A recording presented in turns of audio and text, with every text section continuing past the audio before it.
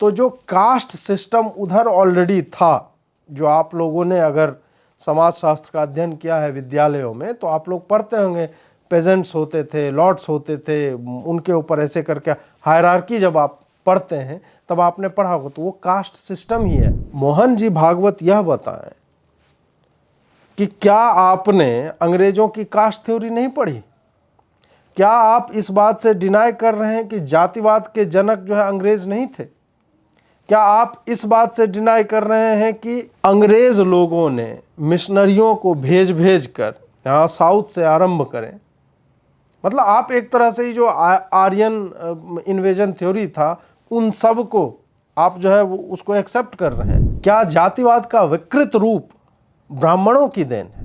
मैं यह खुली चुनौती दे रहा हूं कि मुझे तुम लिखा हुआ डॉक्यूमेंटेड दिखा दो कि दलितों पर सवर्ण अत्याचार कर रहे थे किसी ग्रंथ में, किसी नाटक में। क्या हम उनसे, जो आज के लोग हैं, उनसे हम मांगते हैं कभी उनके पापों का हिसाब कि गोवा में तुमने इतने ब्राह्मण काटे कि कई मन जनेऊ जो है रक्त से सने हुए उनका ढेर लग गया था?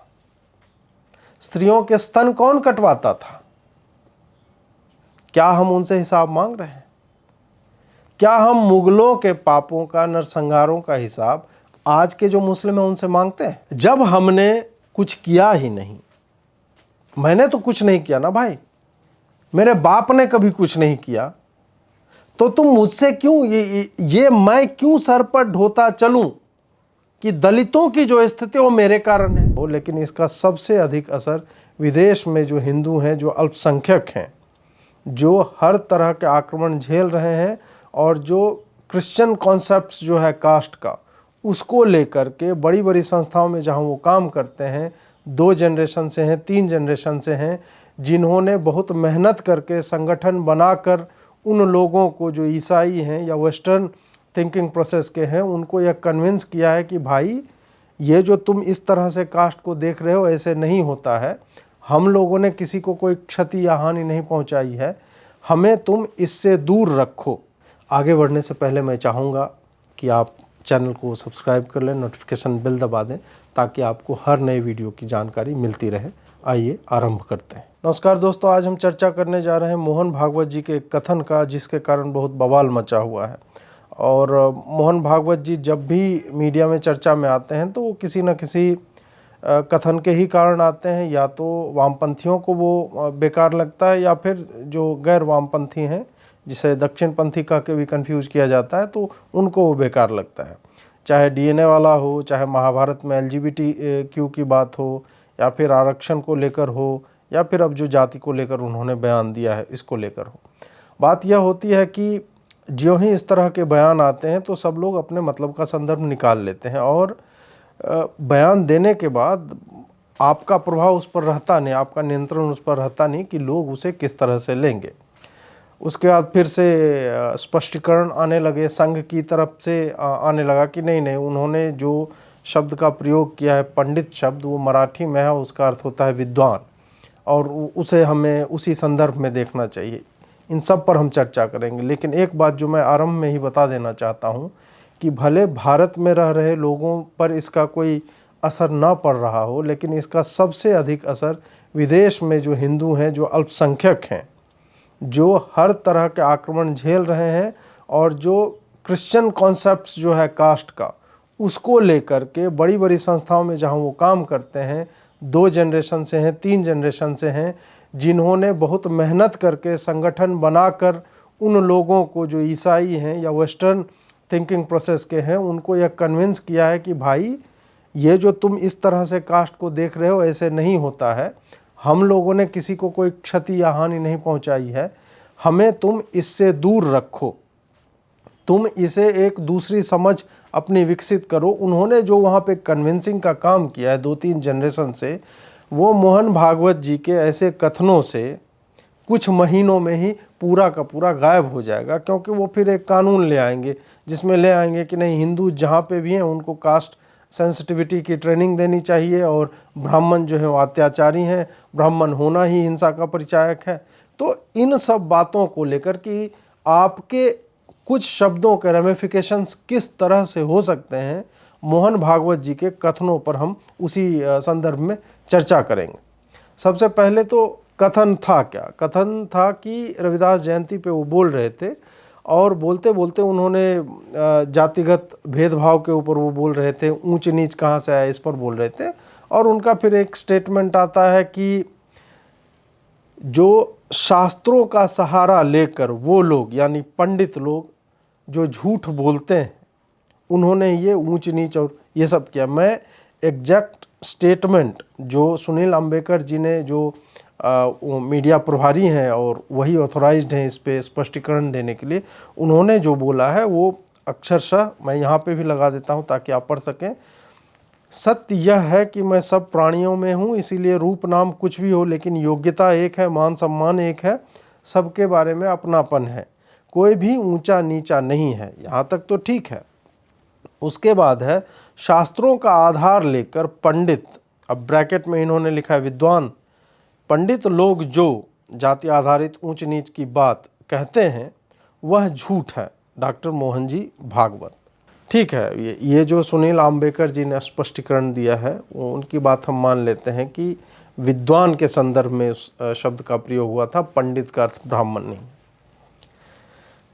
अब मुझे यह बताया जाए कि जिन इंटेलेक्चुअल्स की ये बात कर रहे हैं या जिन विद्वान की बात कर रहे हैं, तो आखिर शास्त्र का मर्मज्ञ है कौन? शास्त्र पढ़ता कौन है? और जिस संदर्भ में आप आज के संदर्भ में तो बोल नहीं रहे हैं कि कोई भी शास्त्र पढ़ सकता है या कोई भी जानता है, या जानता भी है तब भी क्या हम वैसे लोगों को जानते हैं कि हाँ ये भाई फलानी जाति के हैं लेकिन ये शास्त्र पढ़ते हैं? तो जब आप इस तरह की स्वीपिंग स्टेटमेंट्स देते हो तो शास्त्र का ज्ञाता, तो जब भी जातिवाद आपके हिसाब से प्रोपोगेट किया गया 1000 साल पहले, 500 साल पहले, तो किनके हाथों में था शास्त्र? उस हिसाब से भी तो वो ब्राह्मण ही हो जाते हैं। और दूसरी बात, अगर आपने पंडित और ब्राह्मण जो है विद्वान उसमें कहा, तो कर्म से भी जो शास्त्र पढ़ रहा है वो तो ब्राह्मण हो ही गया, तो आप उस हिसाब से भी तो ब्राह्मणों को ही ब्लेम कर रहे हैं इसके लिए। तो इससे आप जितना भी स्पष्टीकरण दे दें, मुझे नहीं लगता है कि इस अवधारणा से या इन संदर्भ में जिसमें आप बात कर रहे हैं उसमें आप पंडित को ब्राह्मणों से अलग कर सकते हैं। मोहन भागवत जी, आप तो विद्वान व्यक्ति हैं, मेरी जितनी आयु है या जितना अनुभव है मेरा, उससे कई गुना अधिक आपका अनुभव होगा। और आपने जितना पठन पाठन किया उतना तो मैं 8-10 जन्म ले लूं तब भी नहीं कर पाऊंगा। तब फिर आप जब जातिगत भेदभाव की बात करते हैं, और मैं संघ के लोगों से फिर एक और बात कहना चाहता हूं, फिर मैं ये मोहन भागवत जी वाले पॉइंट पे वापस आऊंगा। संघ के किसी भी बड़े अधिकारी से आप मिलेंगे, वो इतने वेल रेड होते हैं कि सामान्य संदर्भों की बात, अगर मतलब भारत में किसी गांव की भी बात होगी तो वो चर्चा करेंगे बोलीविया में क्या हो रहा है, हुआ था, यूरोप में क्या चल रहा था। मतलब उनके ज्ञान का वृत्त जो है बहुत ही व्यापक है और वो सारे संदर्भ लाकर आपको समझाने की चेष्टा करते हैं। तब मोहन जी वापस आते हुए, मोहन जी भागवत यह बताएं कि क्या आपने अंग्रेजों की कास्ट थ्योरी नहीं पढ़ी? क्या आप इस बात से डिनाई कर रहे हैं कि जातिवाद के जनक जो है अंग्रेज नहीं थे? क्या आप इस बात से डिनाई कर रहे हैं कि अंग्रेज लोगों ने मिशनरियों को भेज भेज कर यहाँ साउथ से आरंभ करें? मतलब आप एक तरह से ही जो आर्यन इन्वेजन थ्योरी था उन सब को आप जो है वो उसको एक्सेप्ट कर रहे हैं। और ये ब्राह्मणों के प्रति जो विद्वेष है कि नहीं जाति पाति और ये सब भेदभाव के जनक जो है ब्राह्मण लोग हैं, उसी को आप प्रतिपादित कर रहे हैं। आप जाति की बात करते हुए अंग्रेजों को कैसे डिस्कार्ड कर सकते हैं? या तो आप कह दीजिए कि पंडित का मतलब अंग्रेज होता है क्योंकि उस वक्त वही लोग पढ़े हुए थे। हाँ, ये स्पष्टीकरण आ जाता तब तो मैं चुप ही बैठ जाता, तब तो मैं कुछ बोलता ही नहीं। अब इसका दूसरा एक आयाम यह भी है, दूसरे दृष्टिकोण से देखें कि मोहन भागवत जी लगभग मतलब 200 स्पीच देते होंगे, बौद्धिक जिसको संघ वाले कहते हैं, करते हैं। और ऐसे 200 भाषणों में कई बार कुछ शब्द ऐसे हैं जो आउट ऑफ कंटेक्स्ट लिए जाएंगे या आपको हर दिन बोलना पड़ता है, तो संभव है कि कुछ शब्द जो है आपके मुंह से ऐसे निकल जाए जो आपका इंटेंट नहीं होता है, आपका लक्ष्य नहीं होता है कि वह दूसरे संदर्भ में लिया जाए या संदर्भहीन उसकी व्याख्या की जाए। यह भी मैं समझता हूँ, लेकिन फिर इसका इस बिंदु का दूसरा पक्ष यह है कि जब आप जानते हैं कि आपके एक एक शब्दों को देखा जा रहा है, सुना जा रहा है, उस पर चर्चा होगी, तब तो आपको क्या अतिरिक्त ध्यान नहीं देना चाहिए इस पर? फिर वही बात आ जाएगी कि क्या मैं इस स्थिति में हूँ कि मैं मोहन भागवत जी को मतलब कोई सुझाव दे सकूँ या निर्देश दे सकूँ। मैं सुझाव या निर्देश नहीं दे रहा हूँ, मैं केवल उन लोगों की भावनाओं की व्याख्या कर रहा हूँ जो कल पूरे दिन ट्विटर पे और रात में 6-6 घंटे स्पेस चले। एक में तो मैं स्वयं भी भागीदार था वहाँ पे, और लोग चर्चा कर रहे हैं कि भाई जिन ब्राह्मणों ने जीवन में किसी का अहित नहीं किया है, उस पूरे समूह को आपका इंटेंट जो भी रहा हो, लेकिन निकल कर यही आया, चर्चा यही हो रही है कि ब्राह्मण जो है वो जातिवाद के जनक हैं, तो इसका क्या किया जाए? फिर एक तर्क आता है कि अजीत जी अगर आप भी इसी पे चर्चा करने लगेंगे तो वो तो चाहते हैं कि नैरेटिव हाईजैक हो जाए। अजीत जी के इस बात पर चर्चा करने या न करने से नैरेटिव की हाईजैकिंग रुकेगी नहीं। नैरेटिव उसी समय आपने स्वयं ही हाईजैक करवा दिया जब आपने इस शब्द का उच्चारण किया। आप किसी भी भाषा में बोल लें, अब जो है उसका जितना जस्टिफिकेशन और क्लैरिफिकेशन आता रहे उससे कुछ नहीं बदलने वाला, क्योंकि जिनको लिखना था, जिनको इन बातों को पकड़ना था, वो पकड़ चुके हैं, और इसको जिस तरह का स्पिन देकर घुमाना था वो सारी चीज़ें घूम चुकी, स्पिन दिया जा चुका है, नैरेटिव तैयार हो चुका है। आप जाकर पढ़िए इन लोगों को कि ये लोग क्या क्या लिख रहे हैं। अब लिख रहे हैं कि हजार हजार वर्षों से पिछड़ी जातियों को अंग्रेज जातियों ने एक्सप्लॉइट किया, उसका क्या किया जाए। वो लिख रहे हैं कि आरएसएस एक मिलिटेंट संस्था और इस तरह के चीज़ों को प्रोपेगेट करती है। दिलीप मंडल का देख लीजिए, वो तो मतलब विस्मरण किए जा रहा है। ऐसे लोगों को आप क्यों, मतलब इन लोगों को जब अवसर मिलता है तो इनसे वो लोग प्रभावित होते हैं जो लोग फेंस पे बैठे हुए, जो एक्सट्रीमिस्ट नहीं है, जो वल्नरेबल सेक्शन है, जो इस तरह की चीज़ों से प्रभावित होते हैं, वही प्रभावित हो रहे हैं। उनके तर्कश में, तुनीर में आपने एक और बाण जो है रख दिया जिस पे लिखा हुआ है कि ब्राह्मणिकल पैट्रियार्की या पता नहीं क्या, तो उसको हम लोग क्यों प्रॉप अप कर रहे हैं? और जब मैं यही बात ही कर रहा हूँ ये वामपंथी भीम मीम वालों का, तो वो लोग जो लेकर आ रहे हैं, और एक स्क्रीनशॉट मैं यहाँ लगाऊंगा भी, फिर 1000 सालों के अत्याचार का और ये सब का। मुसलमान लोग को ज़्यादा चिंता हो जाती है कि दलितों के ऊपर 1000 साल से अत्याचार हो रहा है। जब 1000 वर्षों से या 5000 वर्षों से के पहले वो लोग जो अत्याचार करते थे, उनका उत्तर हमें देना है। जो आज के तथाकथित सवर्ण हैं, जिनको नापने का कोई यूनिट नहीं, इकाई नहीं है कि सवर्णता जो है वो कैसे मापी जाए, कैसे निर्धारित होती है कि कोई सवर्ण है, क्योंकि सवर्ण तो भिक्षाटन भी कर रहा है इस देश में। ब्राह्मण है, साधु हैं, वो किस जाति वर्ण के हैं, क्या वो भिक्षाटन नहीं कर रहे हैं? तो उसका क्या किया जाए? वो बहुत अच्छी स्थिति में है। बिहार के गांव में जो ब्राह्मण होते हैं 8-10 घर, जाकर देख लीजिए उनकी स्थिति क्या है। उनकी स्थिति उन दलितों से बदतर है, क्योंकि उनको न तो आरक्षण मिलता है, ना कोई काम गांव में मिलता है, क्योंकि ब्राह्मण से अगर हम काम करवाएंगे तो हमें पाप लगेगा। कोई घर में उनको काम नहीं देता है, ना वो खेत में जाकर किसी का घास काट सकते हैं, ना किसी का फसल कटाई कर सकते हैं, वो श्रमिक का काम कर ही नहीं सकते हैं।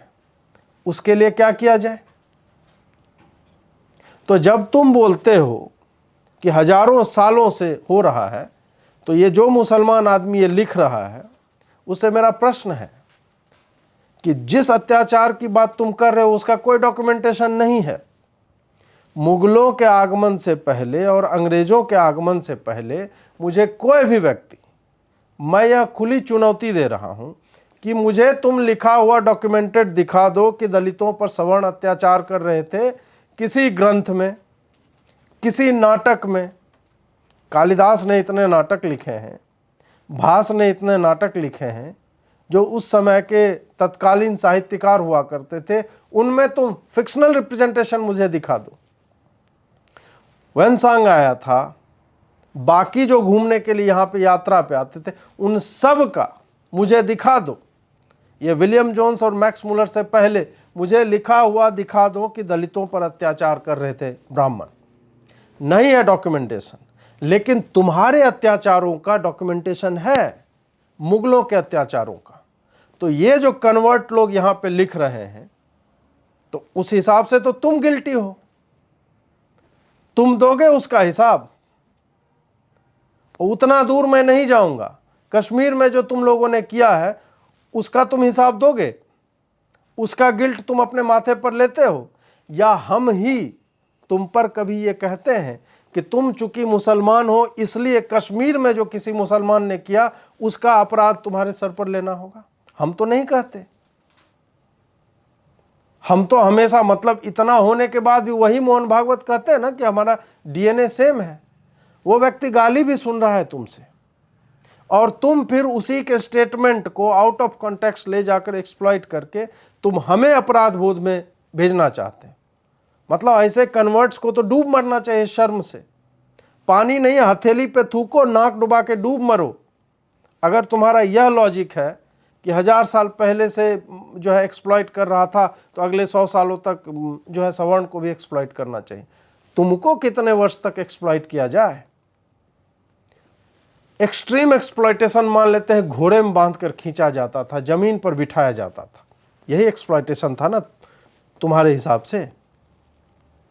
उस एक्सप्लॉइटेशन का क्या, जब अकबर जो है लाशों के मीनारे बनवाता था, जब गांव के गांव ऐसे दुर्दांत तरीके से, नृशंस तरीके से नरसंहार होते थे, सर काट दिए जाते थे, उसका कैसे, मतलब उस एक्सप्लॉइटेशन का कैसे बदला चुकाओगे? काहे कि लीनियज तो तुम बाबर से तो कम पे जोड़ते नहीं हो। भले तुम रहे कौन, कैसे कन्वर्ट हुए ये कोई नहीं जानता, लेकिन तुम तो बाबर की औलादें अपने आप को मानते हो। तो बाबर ने जो किया था, तो तुम जिसे अपना पूर्वज मानते हो, उसके अपराध का, उसका कौन बदला चुकाएगा? तुम्हारे ही लॉजिक से। खैर, अब आगे चलते हैं कि वस्तुतः जातिवाद का जनक है कौन, कहां से आता है? कल मैं जिस स्पेस में था वहाँ पे एक बहुत ही विद्वान व्यक्ति हैं, पंडित सतीश शर्मा। उन्होंने caste conversion and colonial conspiracy करके एक पुस्तक लिखी है, और वो पुस्तक मुझे लगता है कि हर हिंदू को पढ़नी चाहिए, जो खास करके जातिवाद के इन बहस में, इन डिबेटों में जो है उलझ कर रह जाता है, और उसके पास कहने को कुछ नहीं होता है, और वो अपनी अनभिज्ञता में यह स्वीकार लेता है कि हाँ, हमारे बाप दादाओं ने जो है 5000 साल से जो है दलितों के ऊपर अत्याचार किया था। उनको पढ़नी चाहिए उनकी यह पुस्तक। यह अमेज़ॉन पे भी उपलब्ध है, मैं लिंक भी यहाँ पे लगा दूंगा ताकि आप लोग जाकर उसे क्रय कर सकें। अब हम बात करते हैं कि क्या ये जो दो शब्द हैं, कास्ट या जाति, क्या इनका भारतीयता से कोई लेना देना है? क्या हमारे पुराणों में, उपनिषदों में, या इन जगहों पर इन दोनों शब्दों से मिलते जुलते शब्द भी हैं प्रेजेंट? नहीं है। ना तो हिंदी में जाति है, ना संस्कृत में जाति शब्द आता है, ये सब कुछ नहीं आता है। जो भी था वर्ण था, और उसकी व्याख्या बिल्कुल ही अलग है, मैं उसमें जाऊंगा नहीं। और जहाँ तक कास्ट की बात है, जिस कास्ट सिस्टम के लिए यूरोप या ईसाई समाज हिंदू समाज को जो है लगातार एक तरह से प्रताड़ित करता है मानसिक रूप से, आपको जानकर आश्चर्य होगा कि कास्ट सिस्टम जो है पूरा का पूरा यूरोप वालों की देन है। मैं पंडित सतीश शर्मा जो है उनका स्पेस से एक ये रिकॉर्डिंग आपको सुनवाना चाहता हूं, क्योंकि उन्होंने पुस्तक लिखी है, तो वह इस पर बेहतर बोल पाएंगे कि ये कास्ट होता क्या है, और क्यों हम हिंदुओं को इसका जो इंटरचेंजेबल यूज है कि कास्ट मतलब जाति, जाति मतलब वर्ण जो हमारे समाज में है, और वो वर्ण व्यवस्था जिसकी बात वेद करते हैं, पुराण करते हैं, उपनिषद करते हैं और हमारे शास्त्रों में है, क्या इन दोनों को पर्यायवाची के तौर पर प्रयोग में लाना चाहिए या नहीं? उन्हें सुनिए। Caste is very specific. It means a term. It's used in Europe and in the West, and it means hereditary, hierarchical, and endogamous. It means a group where your status in a society is passed from father to child, mother to child. It's hierarchical in that the strata in which you are born is better by strategic definition in that society than the class that other people are born in. And it's endogamous, that people within that group only marry people within that group. This is specifically what caste means. And Europe, Christian societies have a caste system. तो ये अंग्रेजी में था, और मैं बता दूं कि इसका मूलतः कास्ट का अर्थ है क्या जो उस संदर्भ में बात हो रही है। कास्ट का मतलब होता था कि एक ग्रुप है जिसने बहुत ही योजनाबद्ध तरीके से यह परिभाषित कर रखा है कि कास्ट सिस्टम है क्या, और हम प्रिविलेज्ड हैं, हम ऊपर के लोग हैं, और हमारे बच्चे ही उन प्रिविलेजेस को बाय बर्थ एक्वायर करेंगे। और वो प्रिविलेज स्टेटस का भी होगा, वो प्रिविलेज लैंड होल्डिंग का भी होगा, वो प्रिविलेज जो होगा कि हम तुम पर शासन करेंगे उसका भी होगा। और ये एंडोगेमस होता था कि हम अपने ही कास्ट में उसी जो लेवल है, जिसका अर्थ आप लूजली आज क्लास कह सकते हैं, उतने में ही विवाह करेंगे। हम कास्ट से विवाह नहीं करेंगे कास्ट से बाहर जाकर। अब क्या होता है कि ये लोग जब अंग्रेज लोग भारत में आते हैं, और भारत में क्यों आते हैं, या चाहे पुर्तगाली हो, इटालवी हो, स्पेनिश हो, ये लोग क्यों जाते थे बाहर अपने जहाज़ों पर बैठकर, ये जो अलग अलग यात्राएं करते थे, क्यों करते थे? ये लोग समुद्री यात्राएं, या जो कहते हैं ना कि भारत की खोज की, अमेरिका की खोज की, वो खोज वस्तुतः ट्रेड रूट्स भी नहीं होते थे। उन सब के मूल में होता था हम अपनी सेनाएं भेजेंगे, मारकाट करेंगे और वहाँ के लोग को क्रिश्चियन बनाएंगे, और उस प्रोसेस में अगर हमें कुछ धन मिल गया तो हम लूट कर अपने राजा के लिए लेकर आएंगे। यही काम कोलंबस करता था, यही काम वास्को डी गामा करता था, यही काम मैगेलन करता था। जितने लोग थे उनका यही काम होता था। और इन लोगों के मतलब उनकी मूर्तियां लगी हुई है, उनके समाज में इनका बहुत है। अब क्या होता है कि ऐसे लोग जब भारत पहुंचते हैं तो उन्हें दिखती है वर्ण व्यवस्था। और यहाँ पर मैं बताना चाहूँगा कि 4 जनवरी 1844 को 33 मिशनरी संस्थाओं की भारत में एक मीटिंग होती है, और वहाँ पर रेवरेंड जोसेफ रॉबर्ट्स है, वो जो है वो कास्ट सिस्टम को डिफाइन करता है भारत में। और वो जब यहाँ पर देखता है, बोलता है कि ये बहुत ही एक सुंदर अवधारणा है और हमें इसी को ब्रेक करना है। इस पर मैं वापस पंडित सतीश शर्मा जी का ये क्लिप आपको सुनाना चाहूँगा। Now, I'm a fellow of the Royal Asiatic Society here in London. And so I can speak from a point of view of having read records that possibly are not so widely known. And I'm going to turn to this idea that caste as is confused with the word jati is a terrible thing. On the 4th of January 1844, 33 missionary organizations got together in Madras. And they had one objective, and that was to find out how to break the social structure of Bharat. Reverend Joseph Roberts, whose works I've read, he was also a fellow of the Royal Asiatic Society of Great Britain and Ireland. And he said, and I quote, "And the solemn fact that next to the love of sin, caste is the great barrier in India betwixt the pagans and Christ." And then he describes what caste is. And in his words, he says, "We think, however, that this wonderful institution of India," he is referring to the caste system of India as the wonderful institution of India, and he is stating that this is the one barrier, the great barrier in India betwixt the pagans and Christ. तो यहां पर आप देखिए कि उनके पास parallels नहीं थे। अब दहेज प्रथा की भी बात होती है, तो दहेज प्रथा के भी बारे में जान लीजिए कि ये भी कहाँ से आया है। ये भी इसी वेस्टर्न सोसाइटी की देन है, क्योंकि डाउरी का कॉन्सेप्ट कि लड़की के घर वाले इतना पैसा देंगे, ये सब चिरकुटों वाले काम जो है ये अंग्रेज लेकर आया हमारे समाज में। आप जाकर पढ़िए प्राइड एंड प्रेजुडिस, उसमें तो कोई मतलब रचयिता को कोई गिल्ट भी नहीं है कि इस तरह की का चीज़ जो है हमारे समाज में है। और वही फिर कॉलोनियलिज्म जब हमारे तटों पर आता है तो वो आपके समाज में वो घुल मिल जाता है।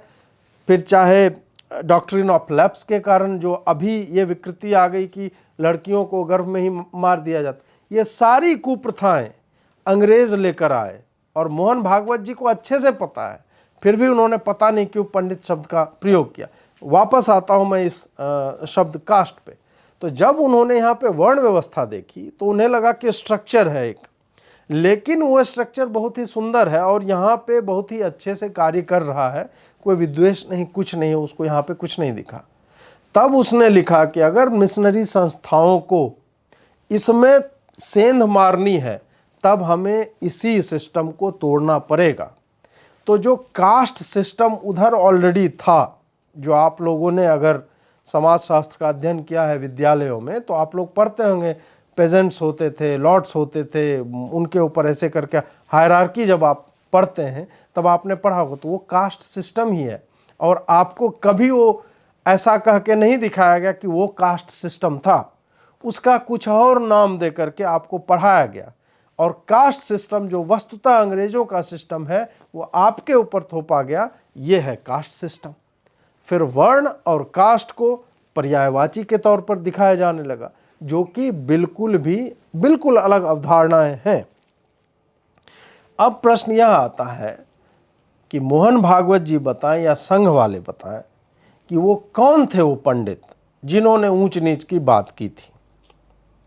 जब हम समाज सुधारकों की भी बात करते हैं तो आप जाकर देखिए कि उसमें कितने ब्राह्मण लोग समाज सुधारक थे। तो फिर आप किन शास्त्र के ज्ञाताओं की बात कर रहे हैं जब आप जातिवाद पर चर्चा कर रहे हैं? क्या जातिवाद का विकृत रूप ब्राह्मणों की देन है? यह तो वही बात हो गई ना कि जो नैरेटिव वामपंथी चला रहे हैं आप उसमें जाने या अनजाने में उसको स्वीकार रहे हैं और अपने माथे पर वो जो पूरा गिल्ट है वो लेने के लिए तैयार हो रहे हैं।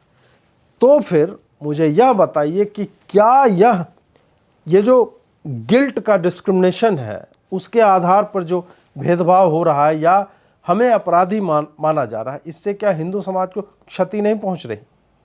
इससे आपको लगता है कि जातिवाद जो है वो सॉल्व हो जाएगा चूंकि आप दूसरे को अब डिस्क्रिमिनेट कर रहे हैं?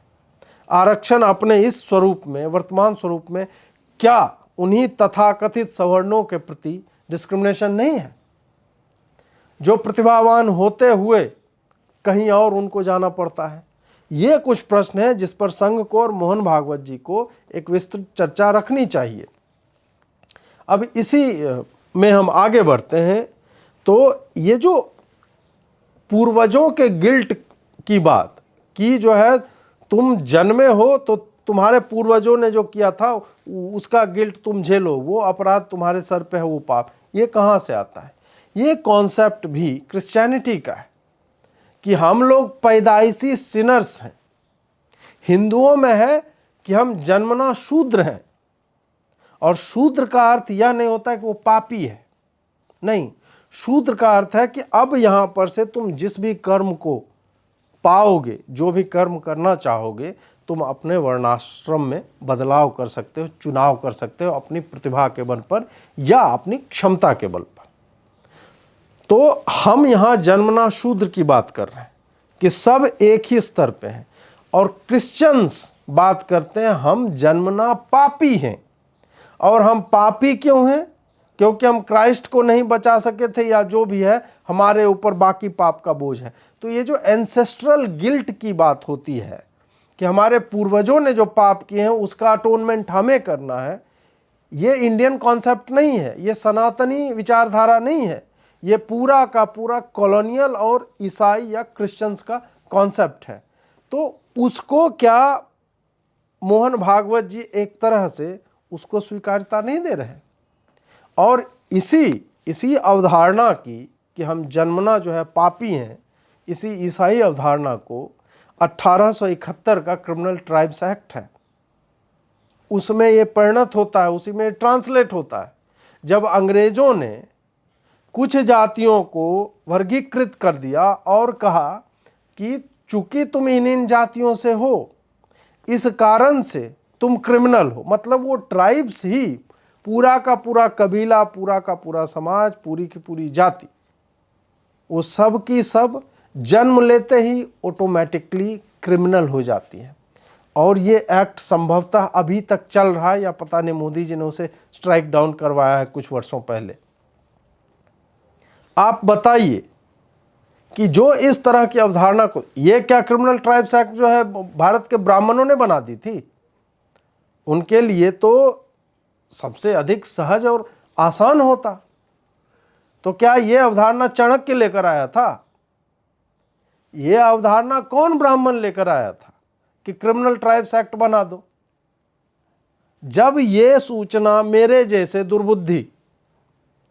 बुद्धिहीन व्यक्ति को प्राप्त है, तो क्या यह मोहन भागवत जी या जो संघ के लोग हैं जिनके पास पुस्तकालयों का भंडार, उनका दिमाग अपने आप में एक पुस्तकालय होता है चलता फिरता, उनके पास ये सूचना नहीं है? क्या वो इन सब चीजों को कड़ीबद्ध करके, जोड़ करके देख नहीं सकते और उससे संदर्भ निकालकर उसकी प्रासंगिकता पर या उसके ऐतिहासिकता पर बात नहीं कर सकते? आपको लगता है कि पंडितों ने शास्त्रों की झूठी व्याख्या करके ये ऊंच नीच का कार्यक्रम चलाया हुआ है समाज में? क्या हम, फिर एक प्रश्न है कि अगर यही बात चलती रहे तो क्या हम क्रिश्चियंस से, जो भारत में ईसाई हैं या भारत के बाहर जो ईसाई हैं, क्या हम उनसे, जो आज के लोग हैं, उनसे हम मांगते हैं कभी उनके पापों का हिसाब? कि गोवा में तुमने इतने ब्राह्मण काटे कि कई मन जनेऊ जो है रक्त से सने हुए उनका ढेर लग गया था। स्त्रियों के स्तन कौन कटवाता था? क्या हम उनसे हिसाब मांग रहे हैं? क्या हम मुगलों के पापों का, नरसंहारों का हिसाब आज के जो मुस्लिम हैं उनसे मांगते हैं? अब आप कहेंगे कि नहीं, उधर रेपरेशन की बात शशि थरूर कर रहे थे अंग्रेजों से, तो हम उस सत्ता से मांग रहे हैं, हम अंग्रेज समाज से नहीं मांग रहे हैं। हम एक चलते फिरते ईसाई को नहीं पकड़ कहते हैं कि ला हमारा कोहिनूर वापस दो।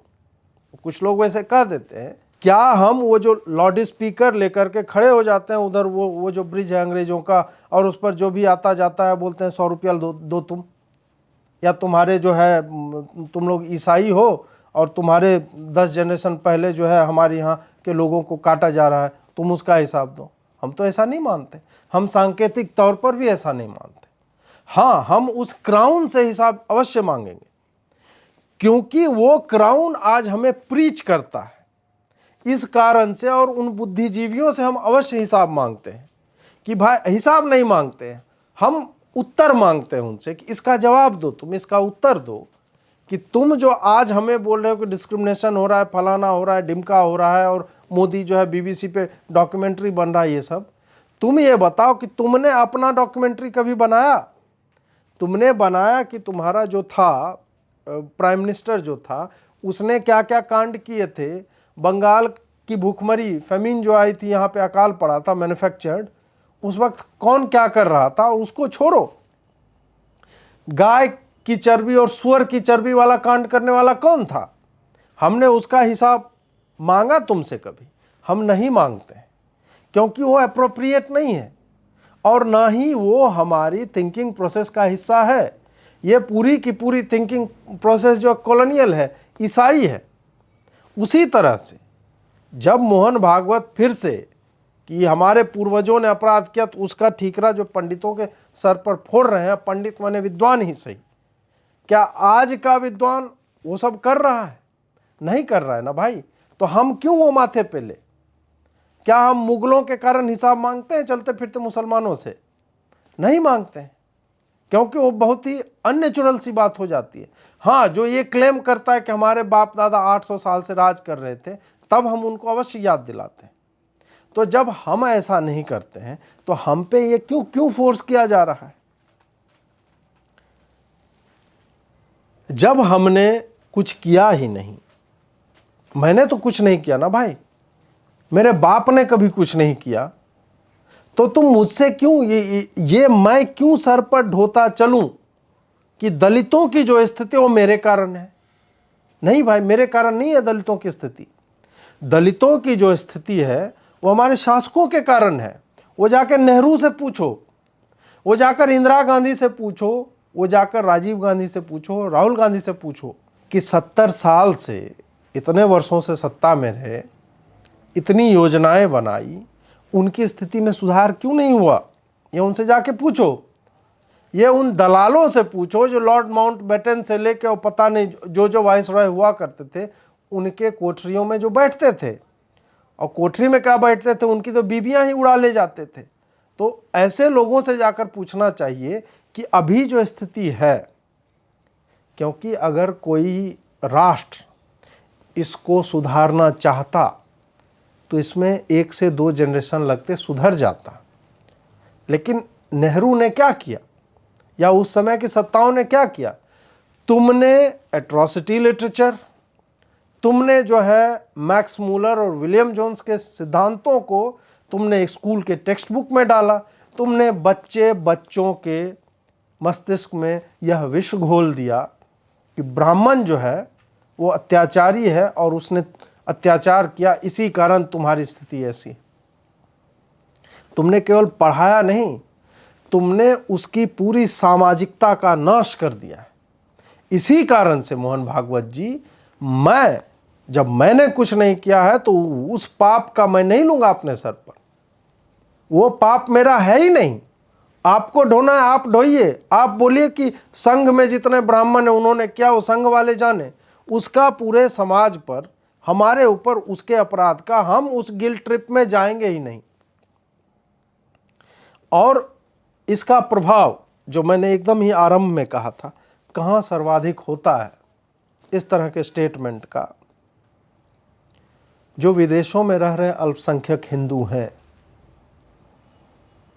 वहां पर जब यह बता दिया जाएगा, इस तरह का स्टेटमेंट आएगा कि देखो, तो मोहन भागवत भी बोल रहा है कि उनके पंडितों ने ये सब किया था, और अचानक से आरएसएस वह ऑथेंटिक संस्था हो जाएगी जो कल तक मिलिटेंट संस्था थी, जो बोल रही है कि देखो देखो, इसने बोलते बोलते स्वीकार कर लिया कि पंडितों ने किया था। और वहां पर इस बात को रीइंफोर्स किया जाएगा जो अभी तक किया जाता रहा है, जिसके लिए जो भी हमारे, चाहे यूके के हिंदू संगठन हो, यूएसए के हिंदू संगठन हो, ऑस्ट्रेलिया के हो, कनाडा के, यहां पर जो भी लोग हैं जो 1 जनरेशन से, 2 जनरेशन से, 3 जनरेशन से लगातार लगे हुए हैं अपने सर्वाइवल के लिए कि हम हिंदू हैं, इसीलिए हम बाय बर्थ कास्टेइस्ट हैं, इस अवधारणा को नकारने के लिए। और भाई साहब, बहुत मेहनत की है इन लोगों ने, बहुत लॉबिंग की है, बहुत लोगों को समझाया है, सरकारें आई, सरकारें गईं, और ये लोग अलग अलग सांसदों से मिलते रहे, अलग अलग सत्ता के जो लोग हैं उनसे मिलते रहे, तब जाकर यह समझाने में सफल हुए कि भाई बाय बर्थ, मतलब ये जो तुम कास्ट की अवधारणा लेकर चल रहे हो, उसका हिंदू से कोई लेना देना नहीं है, हम लोग ऐसे नहीं हैं। और तुम हमारा रिकॉर्ड तो देखो इसी देश में कि हम रह रहे हैं। अभी आया था ना कुछ दिन पहले लेस्टर में, जब हिंसा हो रही थी, तब एक चार्ट आया था कि हिंदू जो है उनकी पॉपुलेशन कितनी है यूके में, और वो कितने अपराध में जाते हैं। अलग अलग धर्म का था कि किस डिनोमिनेशन के लोग, किस रिलीजन, धर्म, मजहब के लोग, उनका परसेंटेज क्या है पॉपुलेशन में, और उनका जेलों में परसेंटेज क्या है।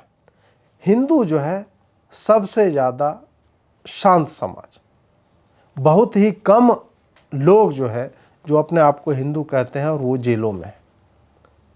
यहाँ तक पहुँचने में कई पीढ़ियों की मेहनत लगी है मोहन भागवत जी। और जब आप एक ऐसा स्टेटमेंट देते हैं तो फिर वो पूरा का पूरा बायस जो वेस्टर्नर्स का है कि सारा कांड उन्हीं का किया हुआ है, और आज ही वो बाबा बनकर ज्ञान भी दे रहे हैं। बाबा से तात्पर्य दादागिरी वाला है कि वो जो है उस पोजीशन पे बैठ के, क्योंकि शक्ति उनके पास है या नैरेटिव का उनके पास है, उनके संसाधन हैं, उनके टूल्स हैं इसको डिसेमिनेट करने के लिए, तो वो जो है वहाँ से बैठ कर ज्ञान दे रहे कि नहीं तुम्हारे धर्म में बहुत ज़्यादा जातिवाद है। अबे अपना धर्म तो देख लो, है डायनों को जलाने की बात किस धर्म में थी? धर्म तो तुम्हारा है ही नहीं, तुम लोग तो एक्सपेंशनिस्ट पावर्स हो। क्रिश्चियनिटी को धर्म कौन कहता है?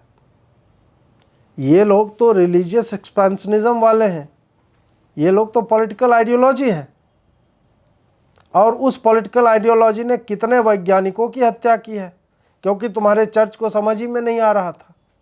तो तुम हमें ज्ञान दोगे कि हमारे यहाँ पे मतलब भेदभाव है, और हमारे यहाँ पे मतलब आज भी तुम्हारे यहाँ 13वां फ्लोर नहीं होता है, 13 नंबर का कमरा नहीं होता है। बिल्ली रास्ता काटती है तो उछलने लगते हो। फ्राइडे अगर 13 तारीख को पड़ जाता है तुम लोग पागल होने लगते हो, और तुम हमें ज्ञान दे रहे हो कि हमारे धर्म में अंधविश्वास है, हमारे धर्म में भेदभाव है। पहले अपने बायस तो क्लियर कर लो। वाइट मैन्स बर्डन क्या था? तुम्हारे जोसेफ कॉनराड ने हार्ट ऑफ डार्कनेस लिखी है ना पुस्तक, पढ़ो। और चिनुआ अचेबे ने भी लिखा है थिंग्स फॉल अपार्ट, कि कैसे एक वेस्टर्नर आता है तो क्या होता है।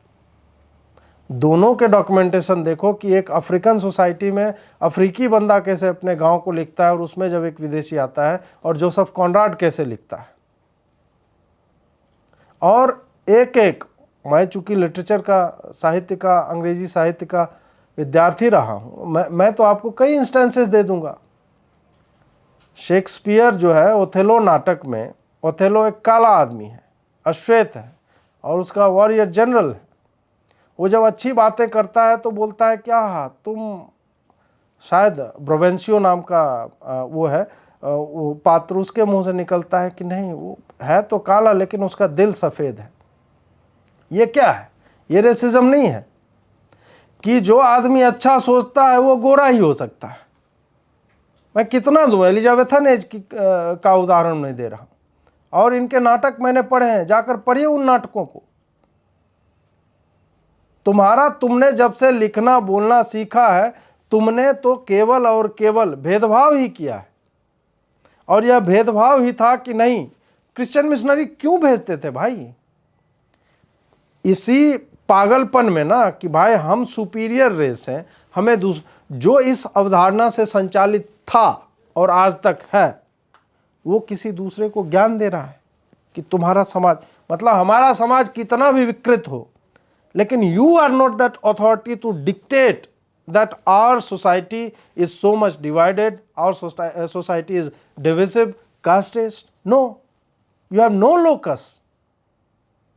और ऐसे लोगों की बातों को मोहन भागवत एक तरह से एक्सेप्टेंस देते हैं, मैग्निफिकेशन देते हैं, उसको बढ़ाते हैं, और उसका पूरा मतलब वही अवधारणा जो गिल्ट जो है बाय बर्थ, हम अपने पूर्वजों का गिल्ट ब्राह्मण अपने माथे पे लेकर नाचता रहे,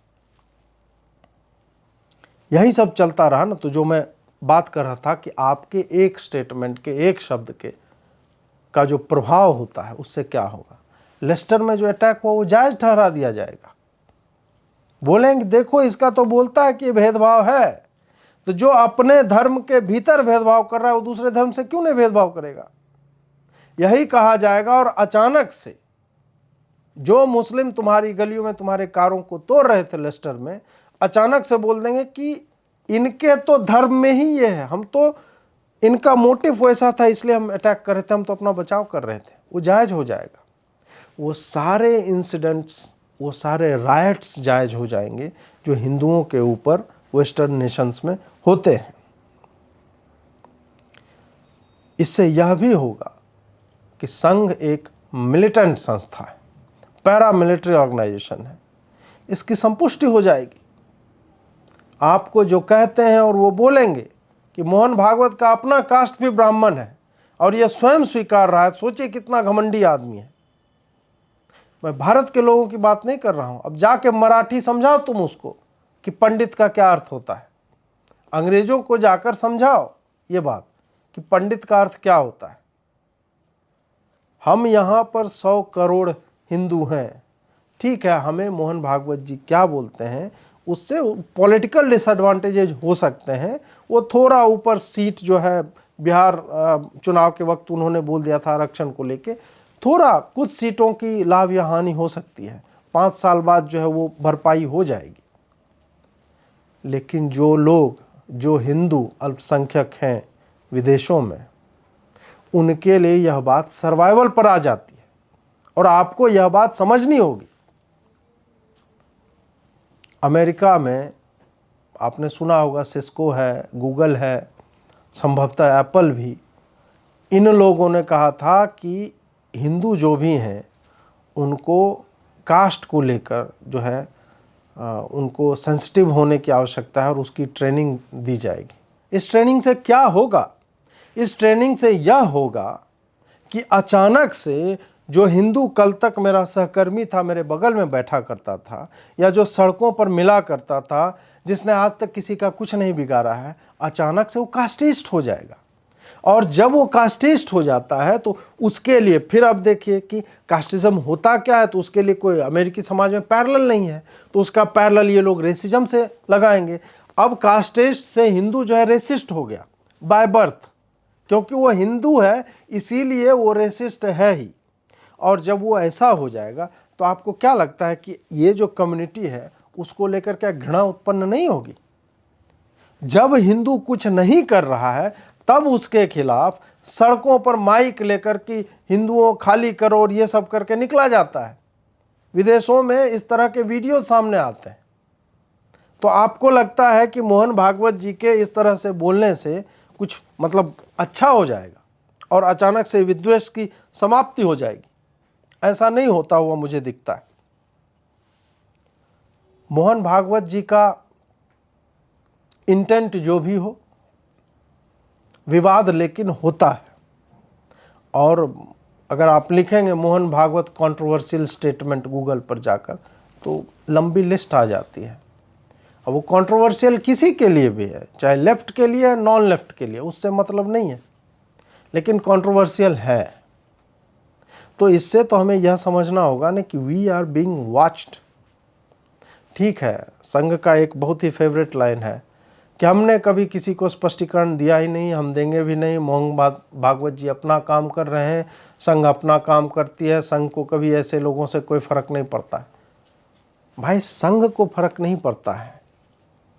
संघ के कारण अन्य लोगों पर, अन्य हिंदुओं पर उनको अंतर पड़ता है। आप जब बोल देते हैं कोई भी चीज, अब जैसे एक लोहार होता है, उसका काम है लोहे के औजार बनाना। अब मान लीजिए उसने एक गड़ासा बनाया। अब गड़ासा जो है अब कोई खरीद के ले जा रहा है, तो अब उसका इस बात पर नियंत्रण नहीं है कि उस गड़ासे से वो बांस काट रहा है या घास के छोटे छोटे टुकड़े करके वो चारा खिलाएगा, या फिर किसी दिन वो क्रोध में आकर, आवेश में आकर किसी व्यक्ति का गला काट देगा। इस पर उसका नियंत्रण नहीं है। उसी तरह मोहन भागवत जी ने जो कहा है, उनका इंटेंट कुछ हो, उन्होंने जो गड़ासा बनाया है उसका इंटेंट मान लीजिए कि उनका इंटेंट नहीं, इससे तो घास काटी जाएगी, उन्होंने उस इंटेंशन से बोला, लेकिन उनके शब्द जिसके कानों पर पड़े, जिसने उसे पढ़ा, वो तो आपके नियंत्रण से जा चुका है, उस पर आपका कोई नियंत्रण नहीं है। तो फिर आप अब स्पष्टीकरण देते रहिए या कुछ भी करते रहिए, उसका कोई अर्थ है ही नहीं। सब उसे अपने अपने हिसाब से लेंगे। जो आपके चाहने वाले हैं, जो आपके नाम में पूजनीय लगाते हैं, आपके प्रथम नाम के बाद जी लगाते हैं, वो कहेंगे कि आप उनके लिए श्रद्धेय ही रहेंगे। वो जानते हैं, मैं जानता हूं कि आपका इंटेंट क्या था, लेकिन उसके जो रिपरकशंस हुए हैं उसको भी हमें उसी संदर्भ में देखना पड़ेगा कि बाकी लोग उसे कैसे लेते हैं। तो आप ज्ञानी हैं तो आपको स्वयं को आप कितनी भी सांस्कृतिक संस्था कहते रहिए या बोलिए हमें बाहर के लोग क्या कर रहे हैं, उससे हमें कोई मतलब नहीं है, लेकिन आप अपने प्रभाव को झुठला नहीं सकते कि आपके एक स्टेटमेंट से कितना डैमेज हो सकता है, किस तरह का संकट कुछ वैसे लोगों के लिए उत्पन्न हो सकता है जो आपके नाम के कारण, संघ के कारण और हिंदू होने के कारण, और चूंकि वो टेक्सास में मोदी जी की रैली में गया था, वो गिल्टी बाय एसोसिएशन जिसको बोलते हैं कि हिंदू है तो संघी होगा, संघी है इसलिए जो है मोहन भागवत ने जो बोला है उसका वो एंडोर्समेंट करता होगा, इसीलिए वो रेसिस्ट है, कास्टिस्ट। यह बात मैं बार बार इसलिए बोल रहा हूं कि जो लोग डिफेंड कर रहे हैं या स्पष्टीकरण देते फिर रहे हैं, उनको इस आयाम पर भी, इस दृष्टिकोण से भी चर्चा करनी चाहिए कि हमारे शब्दों का प्रभाव कितना अधिक होता है। आपको यह वीडियो कैसा लगा? मैं चाहूँगा कि आप टिप्पणी करें, और इन बातों पर चर्चा होनी बहुत आवश्यक है। कास्ट क्या है, जाति क्या है, वर्ण क्या है, क्या इसे इंटरचेंजेबली प्रयोग में लाया जाना चाहिए। आशा है कि मैंने आपके कुछ शंकाओं का निवारण किया होगा, और अगर आपको ऐसा लगता है तो इसे आगे शेयर करें। जिस भी तरह से क्लिप्स काट के या जैसे भी आगे बढ़ाना चाहते हैं, इसे अवश्य प्रयोग में लाएं। हमारा सहयोग अगर आप करना चाहते हैं तो इन नंबरों के माध्यम से कर सकते हैं। और हाँ, मेरी ट्विटर आईडी जो ओरिजिनल थी वो लौट आई है, तो वो भी मैं चाहूँगा @Ajeet Bharti with single I, AJEETBHARTI ये आई है। तो जो भी लोग कहीं और मुझे फॉलो कर रहे थे तो वो सारे लोग इधर आके फॉलो कर सकते हैं, ताकि समसामयिक विषयों पर जो मैं लिखता रहता हूँ, बोलता रहता हूँ, वो आप तक पहुँचता रहे। जुड़ने के लिए बहुत बहुत आभार। नमस्कार।